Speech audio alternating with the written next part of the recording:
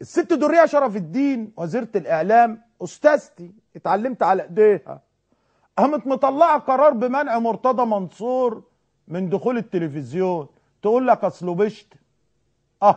يا ست درية، كشفت نفسك إنك كنت مستشار للجمعية الوطنية للتغيير. كشفت نفسها، كان من ضمن المستشارين، بس مستشار غير إيه؟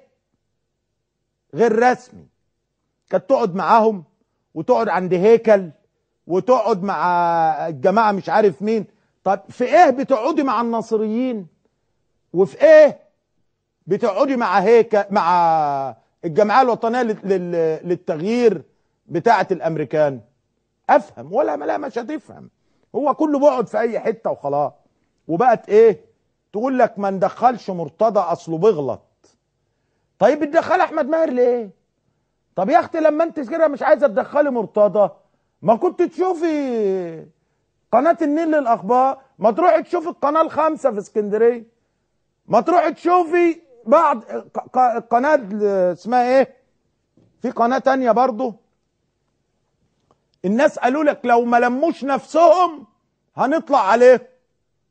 القناه السابعه في المنيا، ما تروحي تشوفي القناه السابعه والقناه الخامسه يا ست دريه، ما هم طابور خامس وشغالين لحساب الاخوان. الاخوان اللي في المنيا والاخوان اللي في اسكندريه بيقبضهم. انت فين ياما؟ اتشطرت على الراجل اللي بيقول اللي على لسانه، الراجل اللي على قلبه على لسانه مرتضى منصور، اتشطرت عليه ومنعتيه من دخول التلفزيون المصري.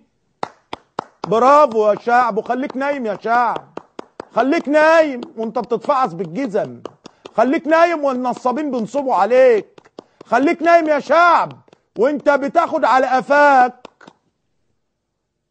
نام حلو قوي وخد على قفاك حلو قوي. قدام منك اسبوع يا سياده الفريق عبد الفتاح السيسي، قدام منك اسبوع.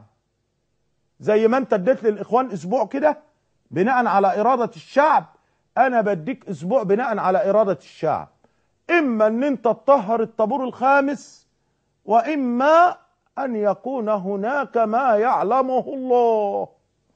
ده اذا انتوا ما قفلتوش القناه قبل اسبوع، لان ممكن يقفلوها قبل اسبوع، يقول لك اقفل بقى القناه، ما هو مش هيعرف يتكلم مع الناس. خلي بالك، زي ما قفلتوها يوم 9/8 لما شلتوا المشير طنطاوي يوم 12/8. الناس مفكره ان الاخوان اللي قفلوها في 9/8، لا، مش الاخوان. انا قلت قبل كده الكلام اللي انا بقوله، انا ما بقولش اكاذيب ولا بقول ادعاءات، انا بقول حقائق. نشوف مع بعض ازاي بيتم الكذب والخداع، ازاي الاعلام الصهيو امريكي واعلام الطابور الخامس اللي في مصر، وانتوا عارفين من هو اعلام الطابور